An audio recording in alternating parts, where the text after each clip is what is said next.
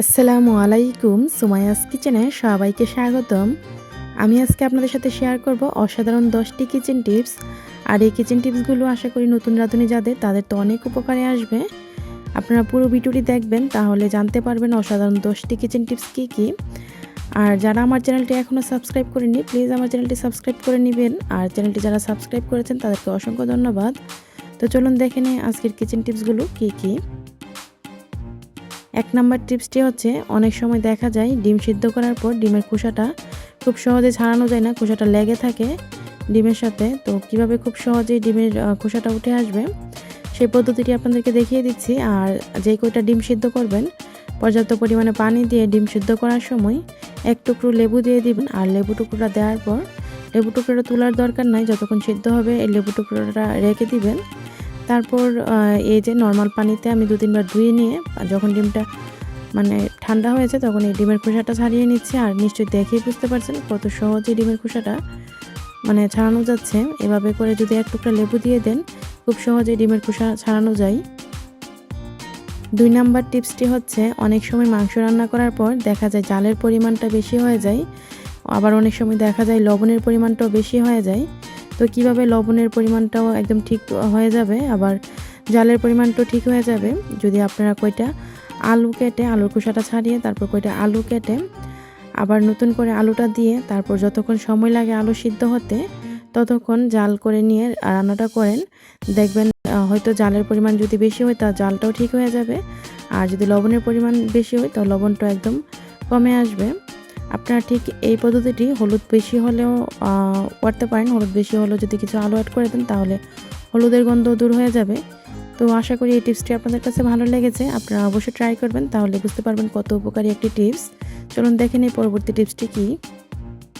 রুটি সেকার জন্য আমরা যে তাওয়াগুলো ব্যবহার করি সেই তাওয়াগুলোতে বেশিরভাগই তো রুটি সেকি, পরোটা ভাজা হয় না, যার কারণে অনেক সময় দেখা যায় রুটি সেকতে গেলে লেগে যায়, আবার রুটিগুলো দেখতেও সুন্দর হয় না। কিন্তু প্রথমেই যদি আমরা তাওয়াটা গরম করে নিয়ে সামান্য কয়েক ফোঁটা তেল দিয়ে তারপর একটা সুতি কাপড় পানিতে ভিজিয়ে নিয়ে একদম ভালো করে পানিটা নিংড়িয়ে নিয়ে এই তাওয়াটা এভাবে মুছে নেই, তাহলে দেখবেন এই তাওয়াটা আবার ভালো করে গরম করে নিয়ে তারপরে এই তাওয়াতে যদি রুটিগুলো সেকে নেন তাহলে দেখবেন রুটিগুলো কত সুন্দর হয়, আর রুটিগুলো লাগবেও না, আর রুটিগুলো খুব সুন্দরভাবে হবে।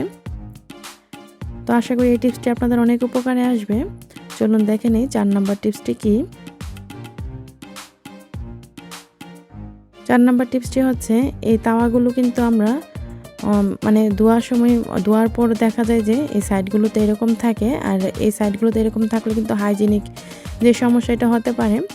তো কিভাবে এই হাইজেনিক যে সমস্যা সেটা দূর করতে পারবেন এই তাওয়া থেকে। এই তাওয়াতে আপনারা এরকম একটা অর্ধেকটা লেবু নিয়েছি আমি, একটার অর্ধেক, তারপর এই লেবুতে এরকম একটা কাঁটা চামচ ঢুকিয়ে নিয়ে তারপর এভাবে যাতে লেবুর রসটা ভালোভাবে এই তাওয়াতে লাগে এভাবে করে নিচ্ছি। যেহেতু এটা হাতে করলে গরম ভাবটা হাতে অনেক বেশি লাগবে, তাই আমি এরকম করে একটা কাঁটা চামচ দিয়ে করে নিচ্ছি। তারপরে এখানে লবণ পানি দিয়ে দিচ্ছি কিছুটা, পানির সাথে আমি 1 চামচ লবণ মিশিয়ে নিয়েছি। লবণ পানি আর লেবুর রসটার কারণে হাইজেনিকটা দূর হয়ে যাবে, তাতে করে স্বাস্থ্যের আর কোনো সমস্যা হবে না। তো এইভাবে লেবু দিয়ে আর লবণ পানি দিয়ে তাওয়াটা ধুয়ে নিলে অনেক বেশি পরিষ্কারও হয়ে যায়। তো এখন আমি এই তাওয়াটা একবার ধুয়ে নিয়েছি, আর এই যে দেখুন তেলের কোনো যে আঁশটা যে ভাবটা তেলে যে একটা চিপচিপে ভাব থাকে সেটাও কিন্তু নাই একদমই। আমি আপনাদেরকে একটু আঙ্গুল দিয়ে দেখাচ্ছি, এই যে দেখুন একদমই তেল চিপচিপে ভাবটা নাই। আর এভাবে ধুয়ে নিলে হাইজেনিক যে সমস্যা সেটাও আর থাকবে না। আশা করি আপনাদের কাছে এই টিপসটি ভালো লেগেছে। চলুন দেখে নেই পরবর্তী টিপসটি কী। 5 নাম্বার টিপসটি হচ্ছে, এখন যেহেতু নতুন আলুর সিজন, আর নতুন আলু কিন্তু আমরা পিলার দিয়ে খোসা ছাড়াই না, কিংবা বটি দিয়ে যেভাবে সবসময় খোসা ছাড়াই সেভাবে ছাড়াই না, ছুরি দিয়ে কিংবা এমনিতে বটি দিয়ে এভাবে আমরা খোসাটা ছাড়াতে গেলে অনেক বেশি সময় লেগে যায়। কিন্তু ছুরি বা বটি ছাড়া আমরা যদি এরকম একটা চায়ের চামচ দিয়ে, স্টিলের চায়ের চামচ দিয়ে খোসাটা ছাড়িয়ে নেই, তাহলে দেখবেন অনেক সময় বেঁচে গেছে। একটা আলুর সাথে বটি দিয়ে কিংবা ছুরি দিয়ে যদি একটা আলু করতে যান, তাহলে একটা আলুর সাথে এভাবে করলে 4টা আলু আপনারা খোসা ছাড়িয়ে নিতে পারবেন। এভাবে আমি সবগুলো আলু কিন্তু খোসা ছাড়িয়ে নিয়েছি আর পানিতে ভিজিয়ে রেখেছি যাতে আলুর কষ্টটা দূর হয়ে যায়। তো দেখলেনই তো কত সহজে আলুর খোসা ছাড়ানো যায়। 6 নাম্বার টিপসটি হচ্ছে, আমরা যে আনার কাটার পর আনারের ভিতরে যে দানাগুলো বের করতে কিন্তু অনেক সময় লেগে যায়, কিন্তু খুবই অল্প সময়ে কিভাবে আনারের দানাগুলো ভিতর থেকে বের করে যায়, আর সেটাই আমি আপনাদের সাথে শেয়ার করব। আমি যেভাবে আনারটা কেটে নিচ্ছি ঠিক এইভাবে কেটে নিতে হবে। ঠিক এভাবে করে আমি আনারটা কেটে নিচ্ছি চারদিক দিয়ে, আপনারা একটু লক্ষ্য করলে বুঝতে পারবেন। তো এইভাবে কেটে নেওয়ার পর এখন আমি একটু খুলে নিচ্ছি আনারটা, একবারে পুরোপুরি কিন্তু খুলবেন না। তারপর যে ছুরির যে মাথাটা সেটা দিয়ে আমি কিন্তু এভাবে একটু বাড়ি দিচ্ছি, আর এভাবে কিন্তু আনারের দানাগুলো খুব সহজেই সবগুলো পড়ে যাবে। 7 নাম্বার টিপসটি হচ্ছে কাঁচা মরিচ কিংবা শুকনা মরিচ যখন আমরা ভাজতে যাই অনেক সময় দেখা যায় ছিটকে এসে পড়ে। কিভাবে ভাজলে ছিটকে পড়বে না সেটা আমি আপনাদের সাথে শেয়ার করব। কাঁচামরিচ কিংবা শুকনো মরিচ ভাজার আগে ঠিক একই পদ্ধতি আপনারা অবলম্বন করতে পারেন। তো ভাজার আগে আমি এখানে কাঁচামরিচ আপনাদেরকে দেখাচ্ছি। কাঁচামরিচের কিছুটা অংশ উপরে এইভাবে ভেঙে নিতে হবে। যে কয়টা কাঁচামরিচ ভাজবেন সেই কয়টা কাঁচামরিচেরই এরকম উপরের অংশ থেকে সামান্য একটু ভেঙে নিলে তারপর কাঁচামরিচগুলো যদি ভাজেন আর ছিটকে পড়বে না। ঠিক একইভাবে যদি আপনারা শুকনো মরিচের এইভাবে একটু ভেঙে শুকনো মরিচ ভেজে নেন তাহলে আর শুকনো মরিচও এসে ছিটকে পড়বে না। আশা করি এই টিপসটি অনেকটা উপকারে আসবে। এটা আমরা হয়তো অনেকেই জানি, আবার অনেকেই জানি না। চলুন দেখে নিই পরবর্তী টিপসটি কি। 8 নাম্বার টিপসটি হচ্ছে আমরা যে সিরামিকের মগ কিংবা বাটি ব্যবহার করি কিভাবে খুব সহজে সিরামিকের মগ এবং বাটি থেকে দাগ দূর করা যায় সেই পদ্ধতিটি আপনাদেরকে দেখাবো। তো আমি এখানে একটা সিরামিকের মগ নিয়েছি, আর এই সিরামিকের মগে দুধ চা খাওয়ার কারণে কিন্তু অনেক বেশি দাগ পড়েছে। বিশেষ করে এই সাইডগুলোতে কিন্তু দাগ যে পড়ে এটা কিন্তু সবসময় ধোয়া হয় না। তো এই সাইডের দাগগুলো কিভাবে উঠানো যায়, আবার ভিতরে যে হালকা একটু দাগ দেখা যাচ্ছে সেইগুলো কিন্তু খুব সহজে উঠানো যাবে। তার জন্য আমি এখানে কিছুটা লবণ নিয়েছি 1 চা চামচের মতো। তারপর নিয়েছি এখানে 1 টুকরো লেবুর রস, আর ছোট একটা টুকরো লেবুর রস নিয়েছি আমি, বেশি বড় সাইজের টুকরোটা নিইনি। তো আমি এখানে পুরো লেবুর রসটা নিয়ে নিচ্ছি। আর এই লেবুর রস আর লবণে কিন্তু এই দাগটা খুব সহজেই উঠে যাবে। তারপরে এই লেবুর রস আর লবণটা আমি ভালো করে মিশিয়ে ভিতরের সাইডটা পুরোটাই লাগিয়ে দিচ্ছি এই মিশ্রণটা। তারপর এই ভিতর থেকে লেবু আর লবণের রসটা আবার সাইডের যে দাগটা সেই দাগটা তো লাগিয়ে রাখবো। তো এভাবে 1 মিনিট এভাবে লাগিয়ে রাখলে আবার একটু হালকা হালকা করে ঘষে নিলে দেখবেন কতটা ক্লিন হয়ে যায়।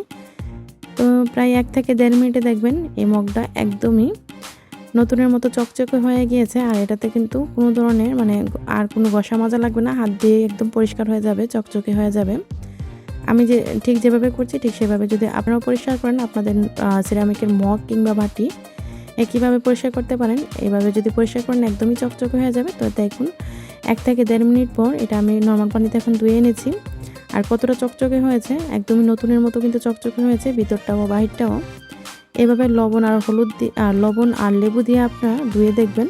আশা করি আপনাদের সিরামিকের মগ আর বাটিও এরকম পরিষ্কার হবে। তো বিশেষ করে যারা নতুন রাঁধুনি তাদের তো এই টিপসটি অনেক উপকারে আসবে। চলুন দেখে নিই পরবর্তী টিপসটি কি। 9 নাম্বার টিপসটি হচ্ছে আমরা যখন গ্রেটারে কোনো সবজি গ্রেট করি অনেক সময় দেখা যায় হাতটা একটু লেগে কেটে যায়। তো গ্রেটারে যদি হাত লেগে কেটে যায় অনেক বেশি রক্ত আসে, আবার হাতে বেশি ব্যথাও হয়।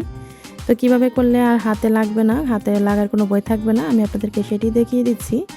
প্রথমে যে সবজিটা আপনারা গ্রেটারে গ্রেট করবেন সেই সবজিটা নিয়ে খোসাটা ছাড়িয়ে নিয়ে এভাবে কাঁটা চামচে করে ঠিক যেভাবে আমি করেছি ঠিক সেভাবে কাঁটা চামচটা একটু ভিতরে ভালো করে ঢুকিয়ে নিয়ে তারপর গ্রেটারে গ্রেট করে নেবেন। তাতে করে আপনাদের হাতে আর গ্রেটারে লাগার কোনো ভয় নাই, হাত কাটার কোনো ভয় নাই। এই যে দেখুন খুব সহজে কিন্তু আলুটা গ্রেট করা যাচ্ছে। ঠিক একইভাবে কিন্তু যে কোনো সবজি আপনারা গ্রেট করে নিতে পারেন, আলু গাজর যে কোনো সবজি আপনারা গ্রেট করতে পারেন। তো এই টিপসটি আশা করি অনেকেরই অনেক উপকারে আসবে, আর হাত কাটার কোনো ভয় থাকবে না। তো এই টিপসটা আপনাদের কাছে ভালো লেগেছে আশা করি। চলুন দেখে নিই পরবর্তী টিপসটি কি। 10 নাম্বার টিপসটি হচ্ছে বাজার থেকে যদি বেশি করে একবারে সুজি নিয়ে আসে, তো সুজিগুলো যদি নর্মাল অবস্থায় বাসায় থাকে তাহলে কিন্তু খুব সহজেই পোকা ধরে যায়। আর সুজিতে পোকা ধরলে কিন্তু আর খাওয়ার রুচি নষ্ট হয়ে যায়, সুজি ফেলে দেওয়া লাগে। তো কিভাবে সুজিগুলো অনেক দিন ভালো রাখা যায় সেটা আপনাদেরকে দেখাবো। আমি আগে যে সুজির প্যাকেটটা নিয়েছিলাম এখান থেকে অর্ধেক খাওয়া হয়েছে, আর বাকিটা আমি যেভাবে রেখেছিলাম সেটাই দেখাচ্ছি। তো সুজি যতটুকু লাগে ততটুকু আপনারা রান্নার পর একটা রাবার দিয়ে ঠিক এইভাবে করে আমি যেভাবে পেঁচিয়ে নিচ্ছি ঠিক সেভাবে করে পেঁচিয়ে নেবেন। তো আমি আগেরটা আপনাদেরকে পুরানোটা দেখাচ্ছি, ঠিক একইভাবে কিন্তু নতুন যে সুজির প্যাকেট সেটাও কিন্তু রাখতে পারেন। তো তারপরে এই যে দেখুন আমি নতুন যেগুলো এনেছি সেগুলো ফ্রিজের নর্মাল চেম্বারে রেখে দিচ্ছি, আর পুরান যেটা মানে একটু খুলেছিলাম যেটা সেটাও আমি ফ্রিজের নর্মাল চেম্বারে রেখে দিয়েছি। আর ফ্রিজের নর্মাল চেম্বারে এভাবে আমি কিশমিশ তারপর কাঁচা বাদাম সেগুলো রেখে দিই, তাহলে আর কোনো ভয় থাকে না, কিংবা সুজি যে কোনো মানে এইগুলো রাখলে কিন্তু আর ভয় থাকে না পোকা ধরার। তো আশা করি আপনাদের কাছে এই টিপসটি অনেক উপকারে আসবে, এভাবে আপনারাও ট্রাই করবেন, তাহলে দেখবেন অনেক দিন ভালো থাকে। আজকে আমি আপনাদের সাথে 10টি কিচেন টিপস শেয়ার করেছি। আশা করি প্রত্যেকটি কিচেন টিপসই আপনাদের কাছে ভালো লেগেছে। যদি আজকের এই কিচেন টিপসের পর্বটি আপনাদের কাছে ভালো লাগে, আমার চ্যানেলটি সাবস্ক্রাইব করে আমার সাথেই থাকবেন। আমি আপনাদের সামনে আরও কিছু কিচেন টিপসের পর্ব নিয়ে হাজির হব। আশা করি অবশ্যই আপনারা আমার চ্যানেলটি সাবস্ক্রাইব করবেন, আর ভিডিওটি ভালো লাগলে একটা লাইক দিবেন এবং আপনারা আপনাদের পরিবার ও বন্ধুর সাথে ভিডিওটি শেয়ার করবেন। আমার আজকের এই ভিডিওটি দেখার জন্য আপনাদের সবাইকে অসংখ্য ধন্যবাদ। সবাই ভালো থাকবেন, আমার জন্য দোয়া করবেন। আল্লাহ হাফেজ।